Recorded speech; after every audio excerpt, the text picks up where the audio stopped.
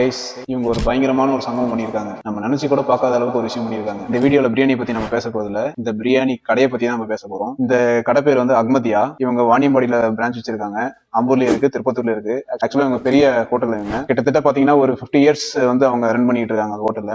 எங்க அப்பாவே இந்த பிரியாணிக்கு ஒரு மிகப்பெரிய ஃபேன். நாங்க திருப்பத்தூர்ல ஹோட்டல்ல ஃபர்ஸ்ட் ஆரம்பிச்சாங்க. நாங்க போய் நேர்லயே சாப்பிட்டோம். பிரியாணி ரொம்ப நல்லா இருந்துச்சு. சரி, மறுபடியும் செகண்ட் டைம் சாப்பிடலாம்னு பார்க்கும்போது நாங்க எங்க இருந்தோம், நாங்க எங்க ரிலேஷன் கிட்ட ஒருத்தர்கிட்ட சொல்லி ஆர்டர் பிளேஸ் பண்ணோம். ஆக்சுவலா காலைல தான் பேசினேன். மட்டன் பிரியாணி தான் ஆர்டர் பண்ணிட்டு இருந்தோம். அவர்கிட்ட காலைல பேசும்போது, சார் இது மாதிரி வந்து எனக்கு மட்டன் பிரியாணி வீட்டுக்கு வந்து ரிலேஷன் வந்திருக்காங்க, கெஸ்ட் வந்திருக்காங்க, எங்களுக்கு வந்து பீஸ் நல்லா இருக்கணும், ஆயில் கம்மியா இருக்கணும் அப்படி சொன்னோம்.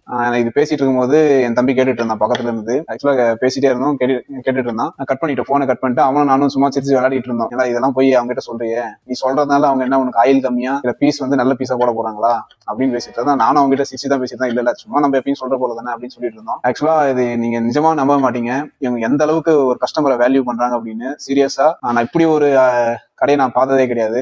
என்கிட்ட ஒரு ஸ்லிப் இருக்கு, அதை உங்களுக்கு காமிக்கிறேன். ஆக்சுவலா வந்து இது வந்து பில்லிங் கவுண்டர்ல அடிச்ச பில்லு. இது வந்து உள்ள அங்கதான் வந்து ஒரு பிரியாணி வந்து அனுப்புவாங்க. இவங்க என்ன பண்ணிருக்காங்க, ஆக்சுவலா இது வந்து ஒரு நோட்ஸ் அவங்க எடுக்கிறாங்க. இந்த ஸ்லிப்ல பாத்தீங்கன்னா மட்டன் பிரியாணி பக்கெட் அப்படின்னு எழுதிருக்காங்க.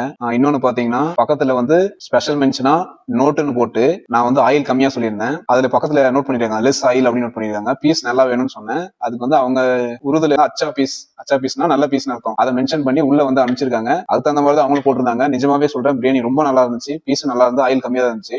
இது ஏன் நான் சொல்றேன் அப்படின்னா, எந்த அளவுக்கு அவங்க வந்து கஸ்டமரை வேல்யூ பண்ணா இந்த மாதிரி ஒரு விஷயத்த, சின்ன சின்ன விஷயம் தான் இதையும் நோட் பண்றாங்க. இது மாதிரி எல்லாம் அவங்க ஒரு கஸ்டமரை வேல்யூ பண்றதுனால தான் ஒரு ரெஸ்டாரண்ட் வந்து அவ்வளவு பெருசா அவங்க வளர்த்து இது வரைக்கும் 3 பிரான்ச் வச்சிருக்காங்க. நிஜமா நல்லா இருக்கு. ஆக்சுவலா இது வந்து ஒரு ப்ரொமோஷன் வீடியோ எல்லாம் கிடையாது. அவர் அஹ்மதியா ஓனர் யாரும் தெரியாது, எங்களுக்கு எதுவுமே தெரியாது.